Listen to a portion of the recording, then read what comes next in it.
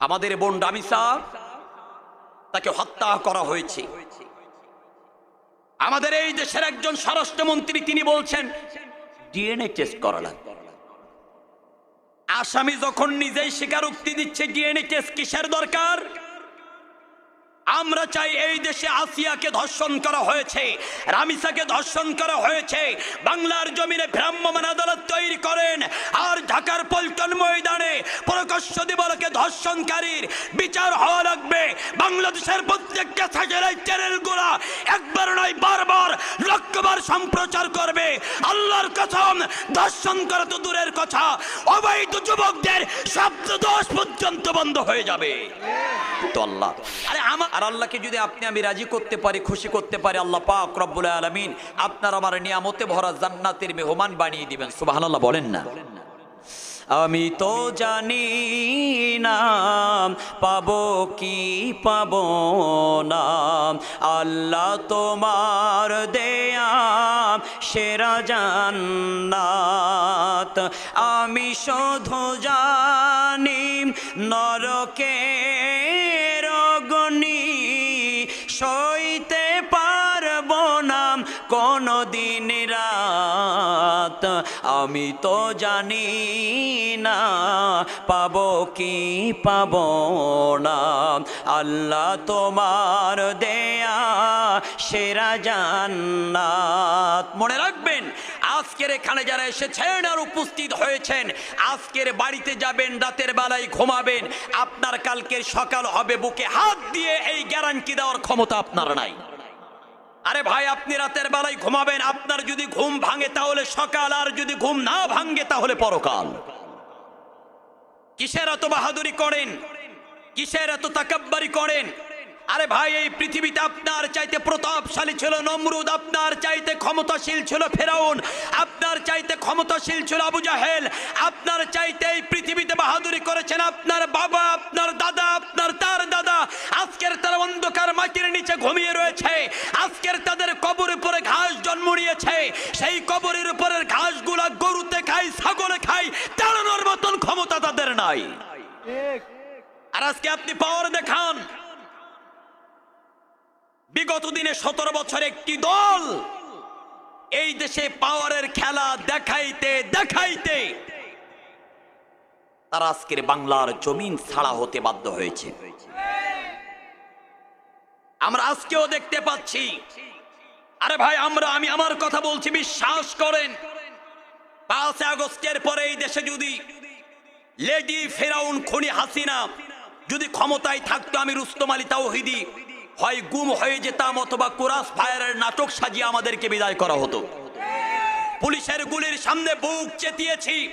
আমরা আপনাদের ন্যায্য অধিকার আদায়ের জন্য এই দেশের মধ্যে দুর্নীতি থাকবে না, অন্যায় থাকবে না, অবিচার থাকবে না, টেন্ডারবাজি থাকবে না, এই জন্য পুলিশের গুলির সামনে আমরা বুক চেতিয়ে দিয়েছি।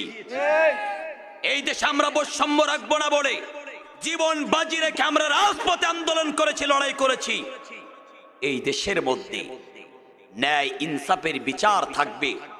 এই দেশে কোনো লম্পট, এই দেশে কোনো দুর্নীতিবাজ, চাঁদাবাজ, টেন্ডারবাজরা মাথা উঁচু করে বাঁচতে পারবে না, দাঁড়াতে পারবে না। এই জন্য আমরা বুক চিতিয়ে লড়াই করেছি।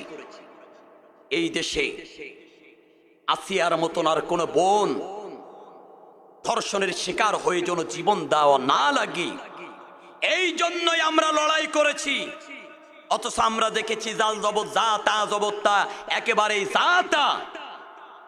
আওয়ামী লীগের আমলেও আমরা এই দেশে পরিপূর্ণ বিচার পাই নাই। অন্তর্বর্তীকালীন সরকার ছিল মেরুদণ্ডহীন, তার মাধ্যম দিয়ে আমরা বিচার পাই নাই।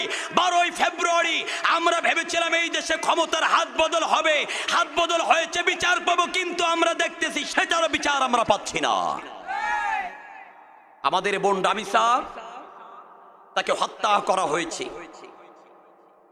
আমাদের এই দেশের একজন স্বরাষ্ট্রমন্ত্রী তিনি বলছেন ডিএনএ টেস্ট করা লাগবে। আসামি যখন নিজেই স্বীকারোক্তি দিচ্ছে ডিএনএ টেস্ট কিসের দরকার? আমরা চাই এই দেশে আসিয়াকে ধর্ষণ করা হয়েছে, রামিসাকে ধর্ষণ করা হয়েছে, বাংলার জমিনে ভ্রাম্যমাণ আদালত তৈরি করেন আর ঢাকার পল্টন ময়দানে প্রকাশ্য দিবালোকে ধর্ষণকারীর বিচার হওয়া লাগবে। বাংলাদেশের প্রত্যেকটা স্যাটেলাইট চ্যানেলগুলো একবার নয় বারবার লক্ষবার সম্প্রচার করবে। আল্লাহর কসম, ধর্ষণ করা তো দূরের কথা, অবৈধ যুবকদের শব্দদোষ পর্যন্ত বন্ধ হয়ে যাবে। আরে আমাদের বউ, আমাদের বোন, আমাদের মেয়েরা রাজপথে বেরোবে, প্রকাশ্য বোরকা পরে বাইর হবে, তাদের দিকে ইফতিজিং এর নজরে তাকানোর দুঃসাহস দেখাবে না।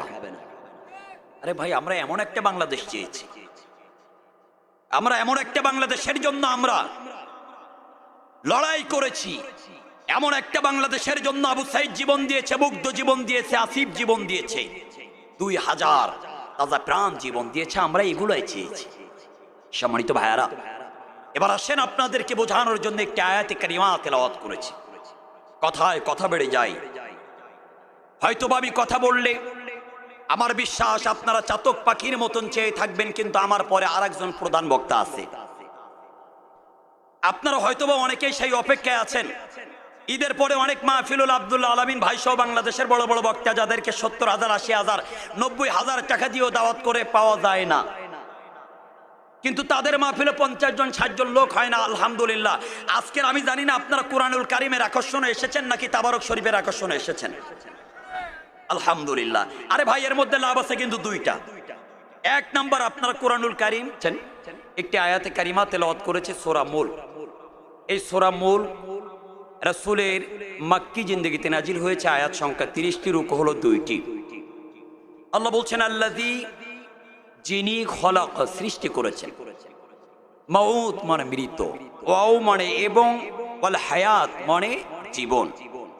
আল্লাযী খলাকাল মাউত ওয়াল হায়াত লিয়াবলুয়াকুম, আমি তোমাদের হায়াত দিয়েছি, আবার মৃত্যু দিব। হায়াত থেকে শুরু করে মৃত্যু পর্যন্ত, লিয়াবলুয়াকুম, আমি পরীক্ষা করতে চাই, আইয়ুকুম, তোমাদের মধ্যে, আহসানু আমালা, কে সর্বোত্তম আমল করে আমি রব্বে কারীমের কাছে আসতে পারি। আমি দেখতে চাই কে সর্বোত্তম আমল করে ওই কবরের আযাব গুলো মাপ পেতে চাই, কবরের আযাব খানা মাপ পেয়ে জান্নাতের মেহমান হতে চাই। আমি আল্লাহ দেখতে চাই। প্রাণের ভাইরা আমার, ভালো করে বোঝার চেষ্টা করবেন। আল্লাহ পাক রব্বুল আলামিন হায়াতের মালিক, আর সেই রব হলেন মৌতের মালিক। আপনার হায়াত দিয়েছেন যিনি, আবার মৌত দিবেন তিনি। প্রাণের ভাইরা আমার, কিন্তু আপনার হায়াত থেকে শুরু করে মৌত পর্যন্ত হয়তোবা 50 বছর, 60 বছর অথবা 70 বছর, একটা নির্ধারিত টাইম আপনি পেয়ে যাবেন। আমার আল্লাহ কিন্তু এই দুনিয়ায় আপনার খাও দাও ফুর্তি করো, দুনিয়াটা মস্ত বড় এই জন্য পাঠান নাই। আমার আল্লাহর পাঠানোর উদ্দেশ্য হলো, ওয়ামা খালাকতুল জিন্না ওয়াল ইনসা ইল্লা লিয়াবুদুন।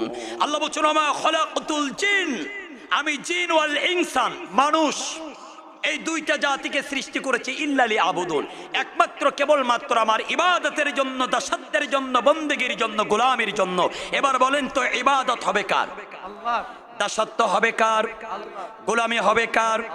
আমরা দৈনন্দিন 5 ওয়াক্ত নামাজে দাঁড়িয়ে সূরাতুল ফাতিহা পড়ি আর বলি, ইয়্যাকা না'বুদু ওয়া ইয়্যাকা নাস্তাঈন।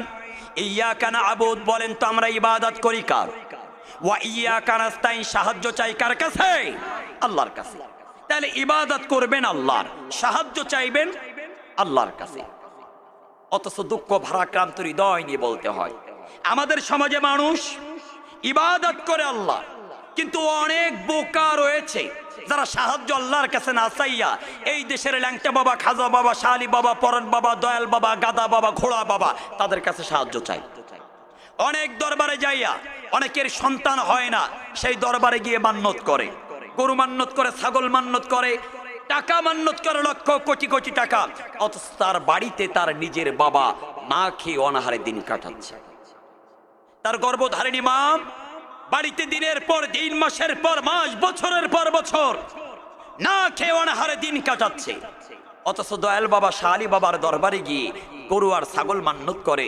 বলুন তো আমাদের বাংলাদেশে এমন দরবার আছে না নাই?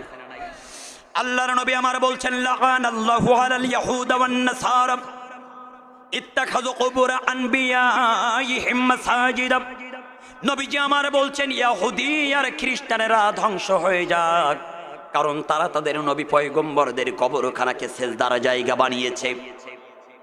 আল্লাহর নবী আবার বলছেন লা তাত্তাখিযুল কুবুর, খবরদার তোমরা কবরের উপরে বসবা না, আর কবরের দিক ফিরে সেজদা করবা না, কবরের দিকে মাথা নত করে কোনো কিছু চাইবা না, কারণ কবর দেওয়ার ক্ষমতা রাখে না আল্লাহ পাক রব্বুল আলামিন, একমাত্র দেওয়ার ক্ষমতা আছে তার। ইয়্যাকা না'বুদ, আল্লাহর ইবাদত করতে হবে, ও ইয়্যাকা নাস্তাইন, সাহায্য চাইতে হবে কার কাছে? মনে রাখবেন আল্লাহই দেওয়ার মালিক, আবার আল্লাহই নেওয়ার মালিক, কারণ আল্লাহ আপনার হায়াতের মালিক, আর আল্লাহ তিনি হলেন আপনার আমার মৌতের মালিক। প্রাণের ভাইরা, কিন্তু আজকের বর্তমান বাংলাদেশে 40,000-এর বেশি ভণ্ড পীর যেই সকল দরবারে যাইয়া মাথা নত করে সেজদা দেয় আর সেই সকল দরবারে গিয়ে মান্নত করে। আল্লাহর নবী আমার বলছেন লা তুশরিক বিল্লাহ, খবরদার মাথা নত করে আল্লাহর কাছে শিরক করা যাবে না। এবার আপনারাই বলেন তো দেখি, আল্লাহর কাছে আপনার আমার ইবাদত হবে, আবার আল্লাহর কাছে সাহায্য চাইতে হবে, কোন ভণ্ড, কোন লায়ার, কোন প্রতারক বাবার কাছে গিয়ে মাথা নত করা যাবে?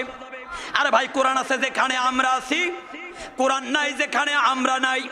ভুল বুঝবেন না, আমরা কিন্তু হক্কানি পীর মাশায়েখদের বিরোধিতা করি না, বরঞ্চ আমরা তাদেরকে রেসপেক্ট করি, আমরা তাদেরকে সম্মান করি।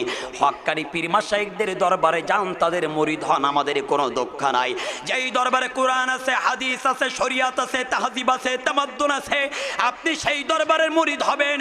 আর যেই দরবারে কোরআন নাই, হাদিস নাই, শরিয়াত নাই, তাহজিব নাই, তামাদ্দুন নাই, আল্লাহর কসম ওই দরবারে মুরিদ হওয়া তো দূরের কথা, ওই সকল দরবারে প্রস্রাব করা পর্যন্ত জায়েজ নাই, হারাম। আরে ভাই কথা বলেন না কেন?